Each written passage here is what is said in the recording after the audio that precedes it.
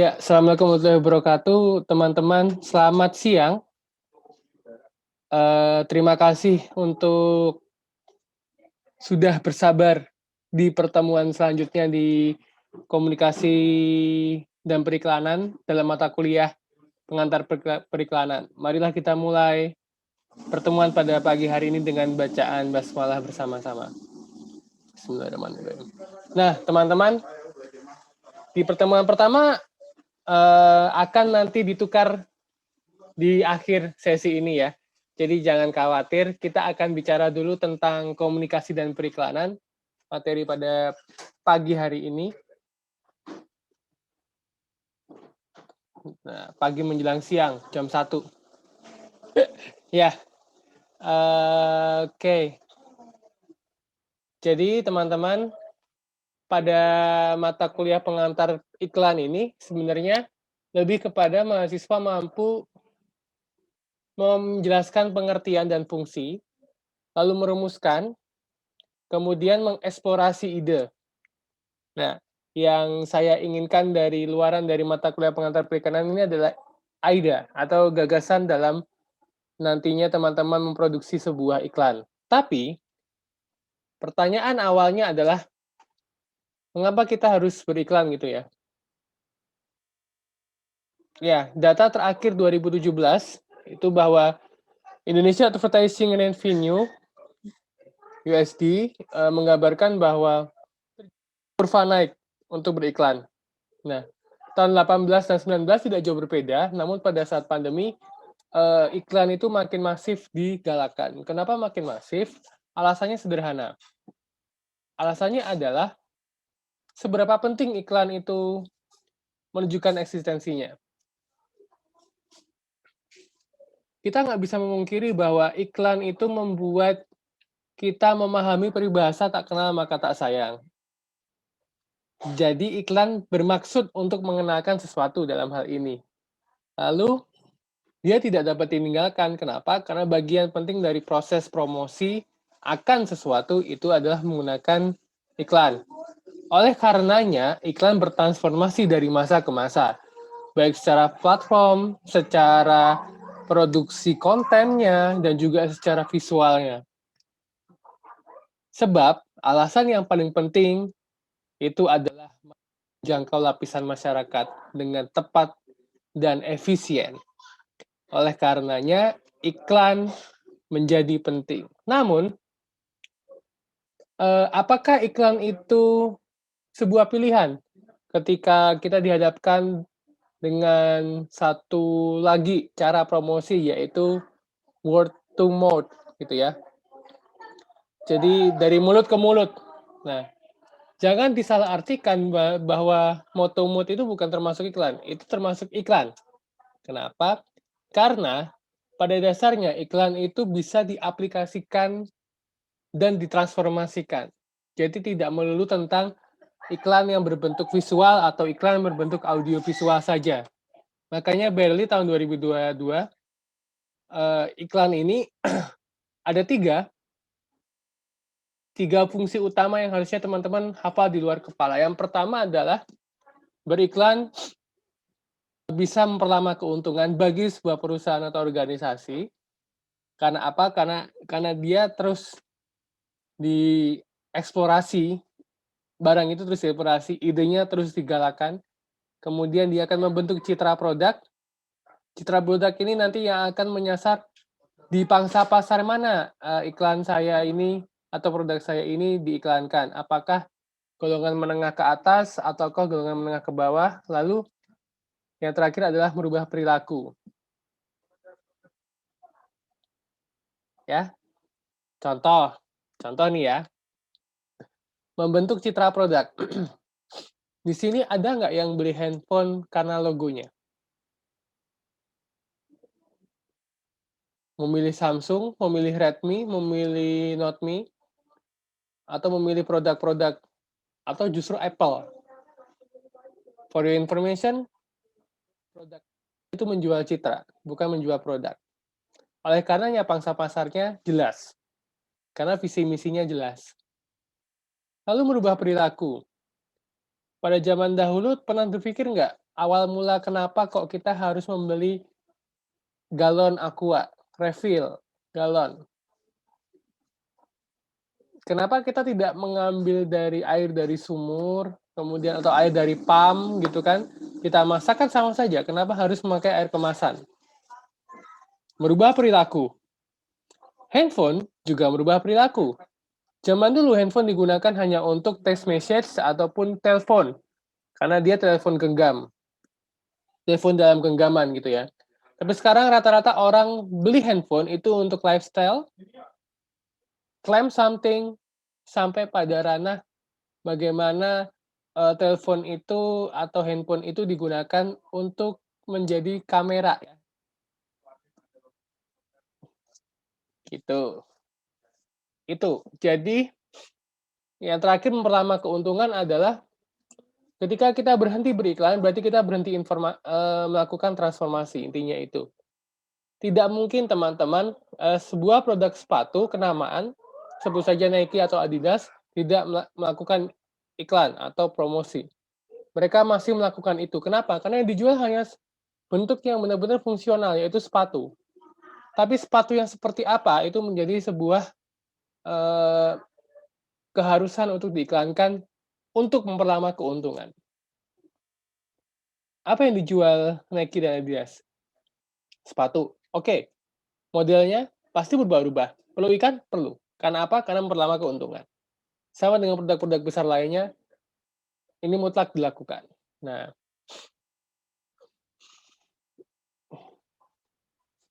bahas fungsi utamanya 3 tadi, memperlama keuntungan, merubah perilaku, sampai kepada membentuk citra. Sebenarnya iklan sendiri itu apa? Dari buku yang saya baca, justru iklan itu berasal dari bahasa Arab, yaitu i'an, yang dilafalkan orang Indonesia dengan sebutan iklan. Nah, kemudian di Indonesia sendiri juga mengalami saduran kata, yaitu advertising, dari bahasa Inggris maupun Belanda, yang kemudian dalam bahasa Indonesia disebut sebagai advertising. Nah, advertising. Nah, artinya iklan ini sudah dari zaman dulu ada ya, bentuknya berbeda-beda. Nah, lalu apa sih maksudnya iklan itu? Dari bahasanya advertere itu bahwa iklan berarti mengalihkan perhatian, sehingga iklan adalah kegiatan untuk mengalihkan perhatian khalayak terhadap sesuatu.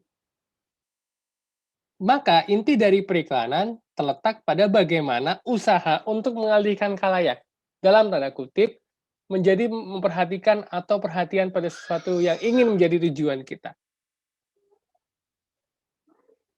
Gitu. Nah,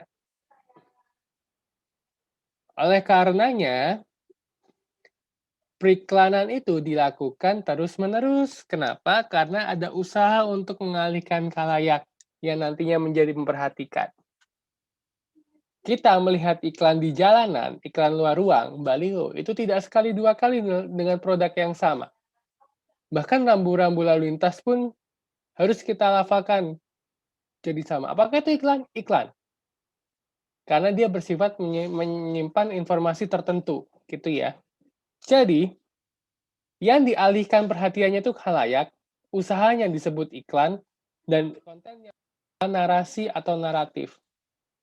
Oleh karenanya, bagaimana kita memahami iklan? Kita memahami iklannya ada 3 cara, yaitu apakah iklan akan bekerja dalam ranah psikologi atau kreatif yang sekarang ini banyak dilakukan, atau akan konteksnya penjualan dan informasi, tadi yang saya singgung di depan, informasi, sehingga penyebaran informasinya bersifat komersil dan dengan media berbayar. Atau fokus pada pola komunikasinya. Nah, kalau kita memahami iklan yang pertama, yang fokus pada pola komunikasinya, biasanya itu iklan-iklan yang dilakukan oleh pemerintah yang gunanya untuk pelayanan publik, seperti program pemerintah, vaksinasi, kemudian keluarga berencana, kemudian hindari narkoba, dan sebagainya, bahaya berhenti merokok, itu pola komunikasi. Makanya dalam bungkus rokok itu teman-teman kalau kalian perhatikan, itu banyak gambar seram kan di sana. Nah, gambar seram itulah fokusnya pada pola komunikasi. Nah, biasanya dilakukan oleh pemerintah atau untuk menyampaikan sebuah program perusahaan, baik itu NGO atau profit. Kemudian melihat konteks penjualan. Jadi informasi itu on selling.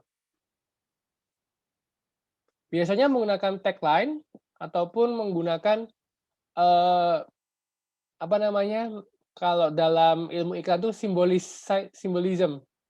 Artinya ada sensasi yang dihadirkan oleh iklan tersebut ketika dia penyebaran informasinya bersifat komersil dengan media berbayar.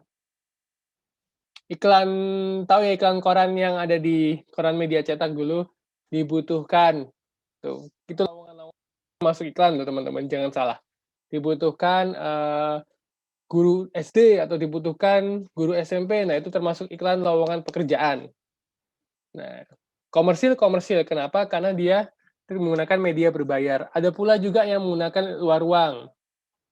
Ada juga yang sekarang bertransformasi menjadi selebgram, gitu ya. Sampai ada perang-perangnya antara Kazakhstan versus Indonesia gitu ya. Nah, itu penjualannya adalah informasi yang bersifat komersil dengan cara selling.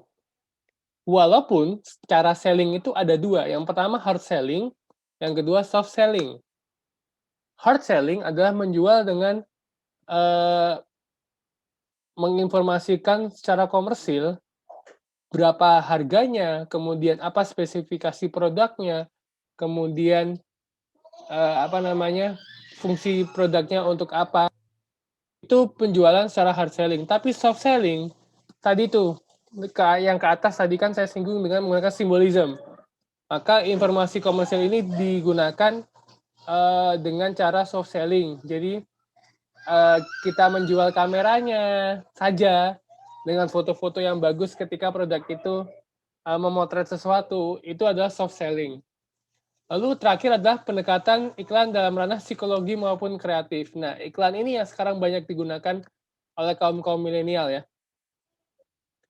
Nah, contohnya seperti ini. Biasanya ini teman-teman PR juga apa namanya juga melakukan yang pendekatan dalam ranah psikologi maupun kreatif.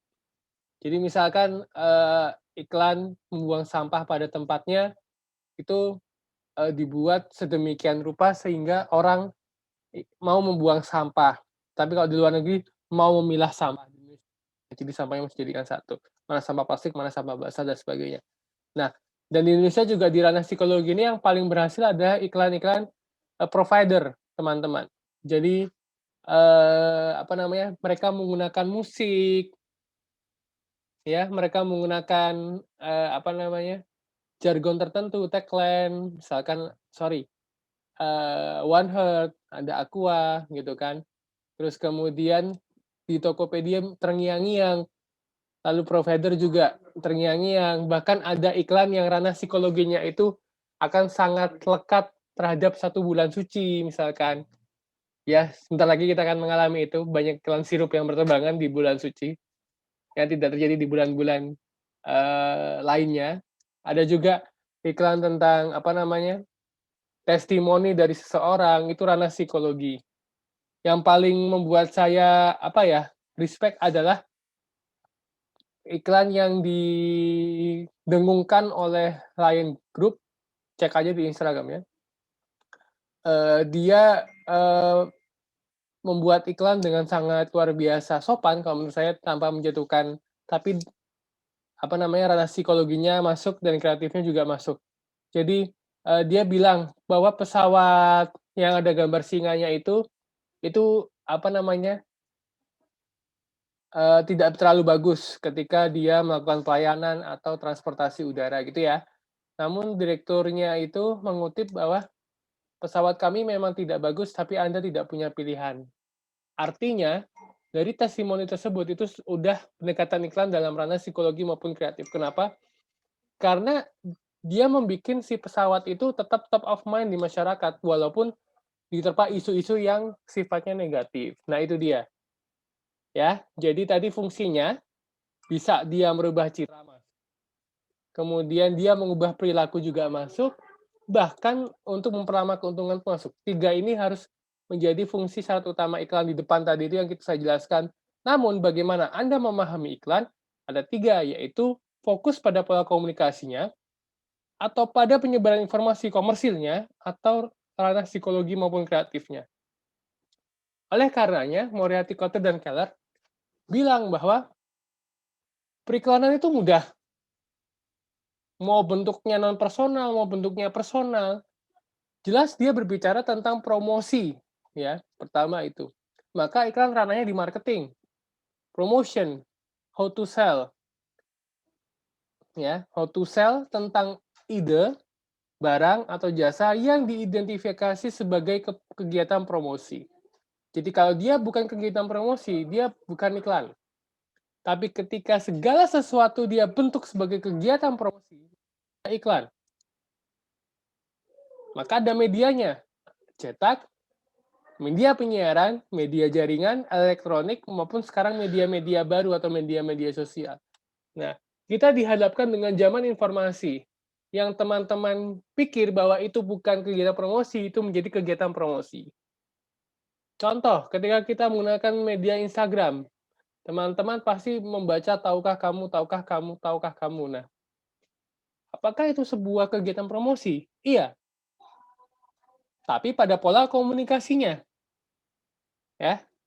Pada pola komunikasinya. Ketika kita baca caption-nya, bermainlah di situ nanti yang kita bahas menjadi copywriting. Nah, si copywriting inilah yang akan menjual informasi komersil dan juga tadi itu yang terakhir adalah ranah psikologi dan kreatifnya. Terkadang tidak ada kaitannya informasi diberikan di gambar media baru dengan caption-nya. Terkadang itu. Oleh karenanya, ketika di zaman informasi ini, iklan sangat menjamur dan bangkit dalam bentuk transformasi yang berbeda. Bahkan saya terkaget-kaget ketika tadi saya bilang iklan provider lebih banyak di ranah psikologi dan kreatifnya. Ada 3 provider besar yang dia menjual masker daripada menjual paket datanya, teman-teman. Di masa pandemi ini. Is kreatif dan ranah psikologi. Dan itu diapit menjadi sebuah merchandising, lalu dijual bersama paket data sebagai produk utama. Kenapa? Karena fungsi iklan itu tidak bisa meniadakan satu dengan lainnya. Ketika dia memperlama keuntungan, berarti dia harus membentuk citra. Ketika dia membentuk citra, automatically dia akan berubah perilaku. Oke, itulah. Jadi teman-teman, kuliah pada siang hari ini adalah berbicara tentang komunikasi dan periklanan, bagaimana iklan butuh komunikasi dan komunikasi juga salah satu luarannya adalah tentang iklan, walaupun itu dari mulut ke mulut sampai dengan menggunakan media. Perlu diingat bahwa fungsi periklanan tadi apa? Ada yang pertama keuntungan, ada yang menciptakan citra, kemudian ada yang merubah perilaku. Pertanyaan saya sederhana. Sekarang teman-teman, saya kasih tugas untuk mencari iklan yang sudah bisa menjalankan 3 fungsi tersebut dan jelaskan letak fungsinya itu di mana, dideskripsikan ya. Di mana dia merubah perilakunya, di mana dia memperlama keuntungannya, kemudian di mana dia membentuk citra. Gitu ya. Untuk lebih jelasnya nanti kita diskusi. Kalau ada pertanyaan, silakan nanti di kolom komentar ataupun di grup chatting. Terima kasih teman-teman. Kita akhiri dengan bacaan hamdalah bersama-sama. Nah, kemudian hikmah pertemuan pada siang hari ini adalah ketika teman-teman belajar iklan, teman-teman harus punya motivasi mandiri, diri sendiri, juga attitude yang baik. Kenapa? Karena iklan yang baik adalah iklan yang tidak menyinggung golongan ras manapun. Jadi teman-teman harus benar-benar menjual dengan baik. Lalu kalian harus bisa menghargai sebuah karya. Itu yang penting ya. Ketika teman-teman tidak bisa menghargai sebuah karya, maka teman-teman tidak bisa menghargai sebuah proses kreatif. Thank you, terima kasih. Kurang lebihnya saya mohon maaf. Assalamualaikum warahmatullahi wabarakatuh. Jangan lupa ya tadi tugasnya. Dah.